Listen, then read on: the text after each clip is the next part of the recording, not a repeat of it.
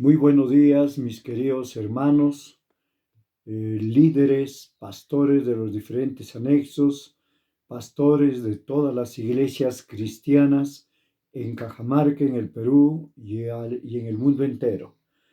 Continuando con las clases de la escuela dominical, ya que este periodo de emergencia es verdad que no nos permite reunirnos en nuestro templo, como ha sido la costumbre por más de 60 años en la Iglesia Rosa de Sarón, y que en este lapso, por primera vez, nos vemos obligados a tener que dictar una clase virtual a través de las redes sociales para que todos los miembros y todos los pastores y líderes de la Iglesia Rosa de Sarón puedan siempre mantener la fe en nuestro Señor Jesús y los principios cristianos.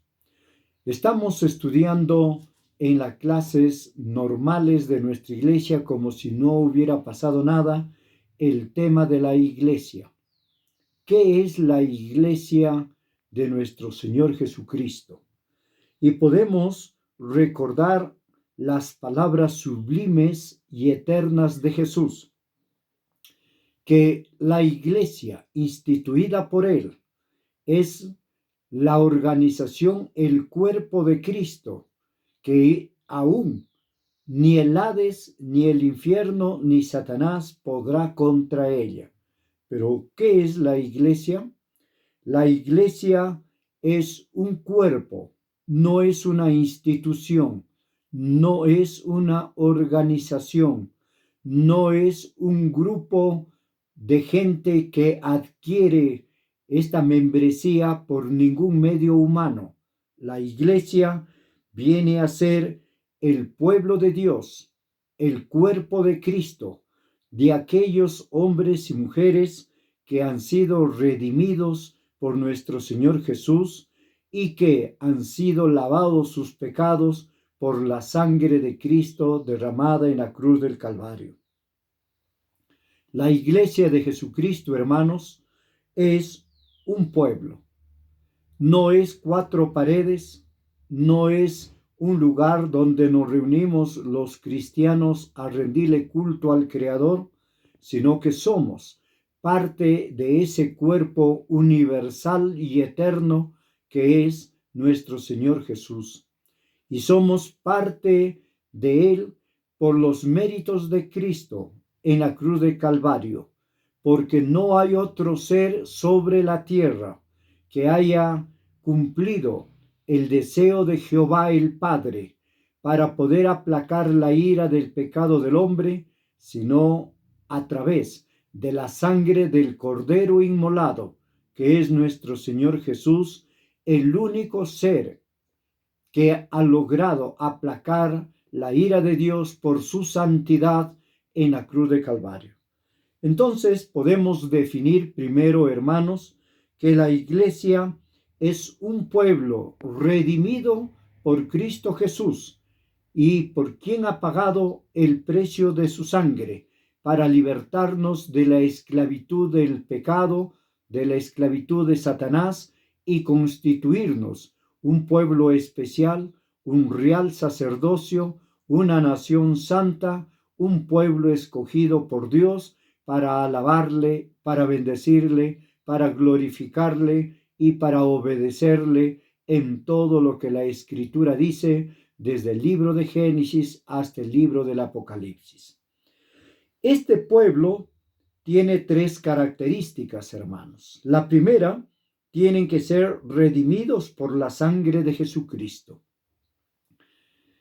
El hombre y la mujer que pertenece verdaderamente a la Iglesia Universal de Jesucristo es redimido por la sangre de Jesús. No hay otro medio en absoluto en el mundo entero. Y escúchelo bien, hermano, recuerde bien todas las enseñanzas que se ha enseñado a través de todo este tiempo en la iglesia Rosa de Sarón y en todas las iglesias cristianas que verdaderamente adoran y sirven a nuestro Señor Jesucristo. Hemos sido redimidos por la sangre. Vale decir que Jesucristo pagó el precio de nuestra redención. Ningún sacrificio, ningún mérito humano ha podido hacer posible que podamos ser redimidos. El único que ha logrado la redención del hombre es Jesucristo. No es la Virgen María, no es ningún filósofo, no es ningún santo, no es ningún hombre bueno, nada de ello. El único que derramó su sangre en la cruz de Calvario es Jesucristo. Y por esa sangre preciosa es que hemos sido comprados, redimidos, y ahora podemos decir que somos verdaderamente hijos de nuestro Señor Jesucristo y herederos de la vida eterna. Segundo, los que forman parte de este pueblo especial que se llama la Iglesia tienen que estar separados del mundo. Y lamentablemente, aquí empiezan las diferencias entre todas las más de 1000 religiones que hay en el mundo. Se respeta el pensamiento de cualquier ser humano sobre la tierra, pero no podemos compartir todos los pensamientos del mundo. Una cosa es respetar por un principio cultural, por un principio de humanidad general, pero no por obediencia, porque la Biblia nos enseña que los redimidos que formamos parte del cuerpo de Cristo tenemos que vivir una vida separada de los placeres del mundo, de las relaciones del mundo de concupiscencia, separados del mundo aún en lo más profundo de nuestros pensamientos y de nuestros deseos.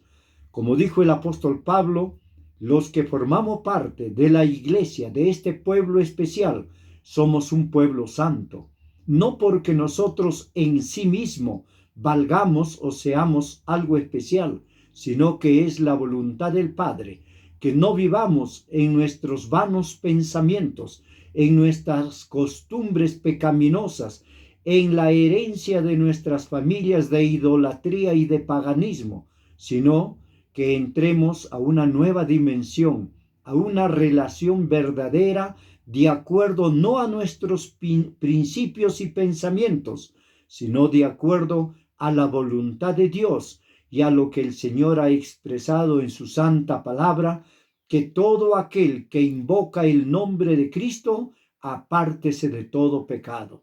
Por eso, los redimidos por la sangre de Jesús somos separados del mundo, no porque nosotros consideremos que ese es el camino único que cada creyente puede tomar individualmente o de acuerdo a su gusto, sino de acuerdo al mandamiento de la palabra del Señor, que tenemos que separarnos del mundo que tiene esos gustos, placeres, pensamientos y costumbres pecaminosas dirigidos por Satanás. La tercera característica de la Iglesia de Cristo como un pueblo escogido es que practicamos las enseñanzas, los preceptos, los mandamientos y las ordenanzas de Cristo de buena voluntad, con gozo y con alegría. No somos un pueblo de rudimentos, no somos un pueblo de costumbres paganas, idólatras, como fueron nuestros antepasados, sino que la luz del Evangelio que llegó a nosotros a través de la predicación del Santo Evangelio ha cambiado nuestra mente, ha cambiado nuestro corazón, ha cambiado nuestra naturaleza, y dice que somos hechos una nueva criatura. Y esta práctica de la obediencia a los principios cristianos es porque tenemos una nueva naturaleza. Una naturaleza que se deleite en la palabra de Dios, que se deleite en la presencia del Señor, que se deleita obedeciendo los mandamientos del Señor, que se deleita gozándonos, pensando en las promesas divinas, pensando en la obra redentora de Cristo y sabiendo que somos herederos del reino de los cielos, no por nuestros méritos humanos, sino por la obra de Cristo en la cruz del Calvario. no por obras, como dice el libro de Gálatas, obras que podamos hacer para ser visto de los hombres, o por una satisfacción personal, o por competencia, o por dinero, o por cualquier otro motivo humano, sino por la gracia, por la fe en Cristo y por la obediencia a su bendita palabra. Esta iglesia tiene una característica que en la Biblia lo encontramos en numerosos textos. Somos una sola familia. Y una familia es lo que podemos describir en todas nuestras familias humanas. Está compuesta de los padres, de los hijos, si todavía viven los abuelos, si hay nietos. Bueno, son las personas que están bajo el mismo techo, bajo los mismos principios, bajo la misma cobertura, con los mismos pensamientos, con las mismas costumbres. Una familia tiene un sello característico, diferente muchas veces a otras familias. Y en el mundo hay muchísimas familias. Cada pueblo, cada nación es una familia. Si nos ponemos a pensar en la cantidad de pueblos diversos que hay en el mundo entero, hay miles de familias. Cada pueblo, cada provincia, cada distrito, cada departamento, cada región, cada nación es una familia. Y por eso es que el Señor toma la figura de estas familias, de sus vínculos y sus relaciones, para decirnos que la iglesia que Él ha constituido también es una familia, extraída de todos estos pueblos, sacada de todos estos lugares y constituidos bajo una sola tutela, Cristo el Señor, dentro de los límites de lo que es este universo, porque Él dijo que se debe predicar el Evangelio hasta el fin de la tierra. Nuestra casa es este mundo que Dios creó para nosotros, pero que lamentablemente es muy maltratado por los hombres, por su vanidad, por su avaricia, por su pecado. Y tenemos las normas de nuestra familia. Están escritas en las Sagradas Escrituras. Esas normas que tenemos que obedecer y respetar los padres, los hijos, los hermanos y todos los que vivimos en esta familia.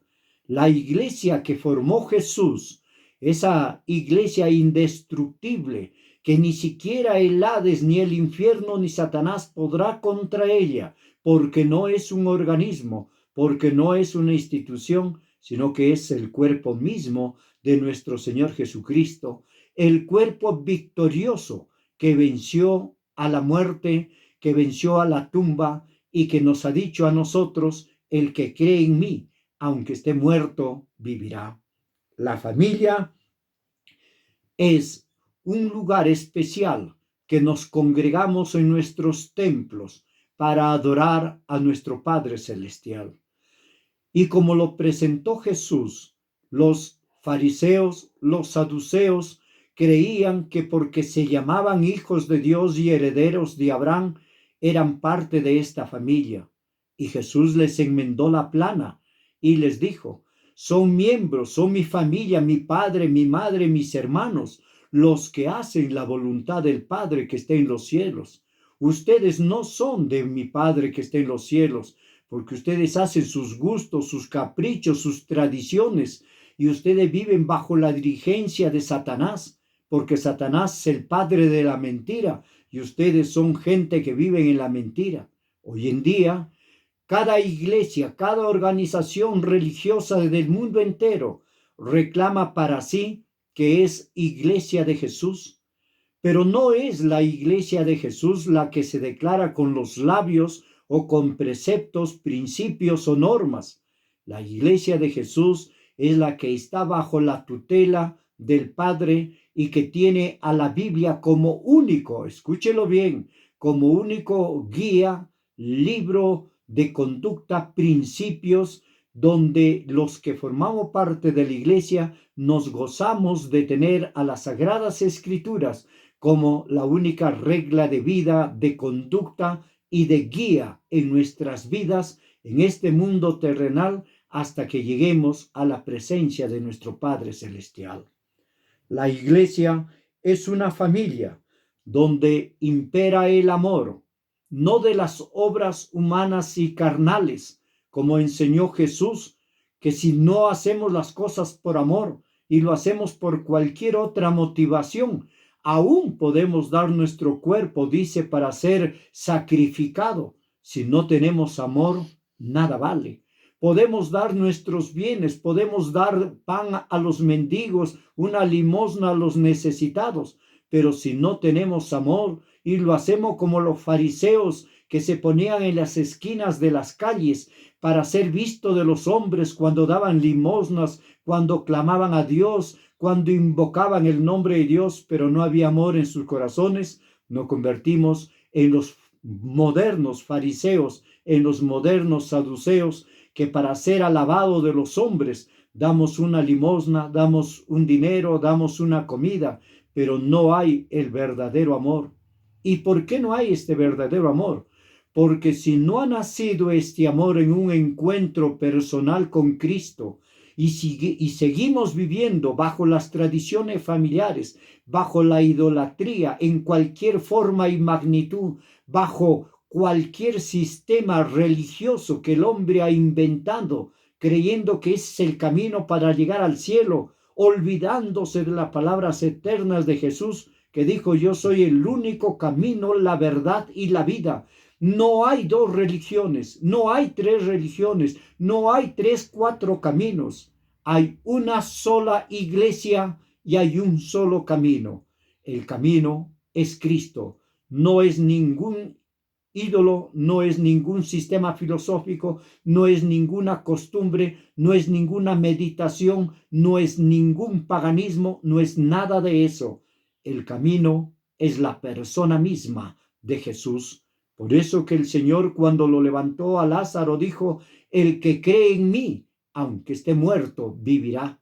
Y Romanos dice que por cuanto el hombre pecó, están destituidos de la gloria de Dios. Y en el capítulo 6, el verso 23 dice: porque la paga del pecado es muerte, mas la dádiva de Dios es vida eterna en Cristo Jesús. La familia, la iglesia, tiene sus principios, no en el gusto y el pensamiento humano, sino en la inspiración de las sagradas escrituras, en los principios, en las normas, en las promesas que el Señor ha dejado a su iglesia y que lo encontramos solo, escuche bien, solo en las sagradas escrituras. Habrá gente que dirá que hay seres o personas que tienen autoridad. Podrán decir todo lo que quieren, como la infalibilidad del Papa, o como que es el vicario de Cristo, que es el único autorizado, o como Mahoma, Confucio, o como cualquier pensamiento moderno, o como cualquier protestante que se ha salido de las sagradas escrituras y se ha convertido en un caudillo religioso. Ninguno de ellos, de ningún tipo de religiones, podemos nosotros decir que ellos tienen la verdad, porque la Biblia declara que la única verdad es Cristo y la única familia que Él ha instituido es la familia de la iglesia que Él fundó sobre su propio cuerpo, sobre su propia vida y sobre sus propios principios. Seguimos avanzando, hermanos, con lo que es la iglesia y que tiene una de las características más hermosas: vivir en comunión. La iglesia, para vivir en comunión, tiene que tener una misma doctrina y tiene que tener un mismo sistema o patrón de adoración a Dios. ¿Y cuál es esa? Que es la humildad y la sencillez. Dice la Escritura que a un corazón contrito y humillado no lo desprecias tú, oh Jehová.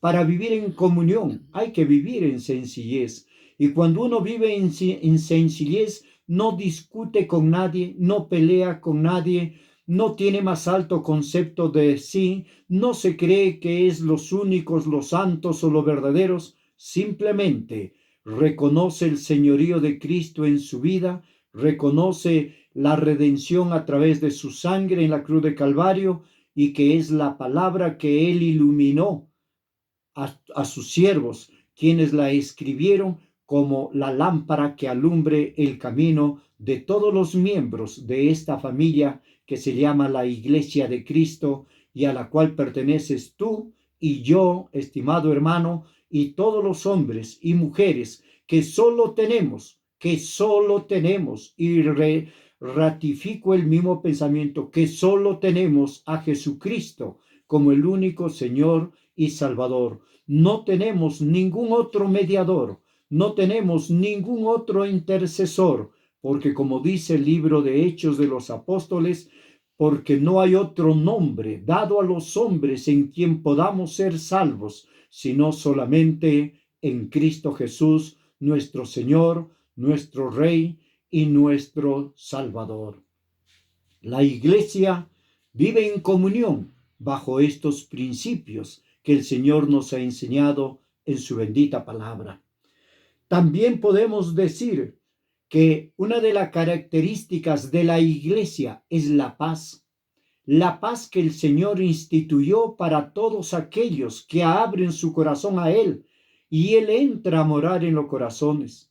En este momento de emergencia, de desesperación que tiene el mundo, puedo decirles, hermanos, que es una característica de los hombres que todavía no tienen a Cristo en su corazón.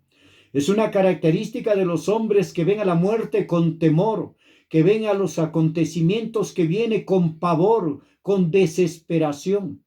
Pero Jesús, a su familia, a la iglesia a la cual perteneces tú y todos los que hemos aceptado a Jesús, Él ha puesto en nuestro corazón paz.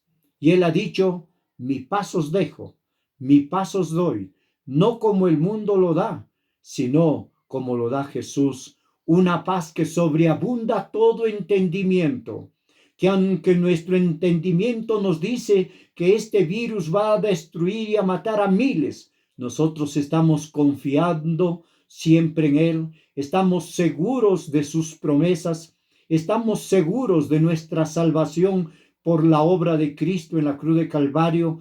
Tenemos paz de que tenemos que algún día morir, ya sea por este virus, ya sea por una muerte natural, ya sea por algún accidente, ya sea por cualquier motivo. La Biblia dice que los seres humanos tienen 70 años de vida promedio y en lo más robustos 80.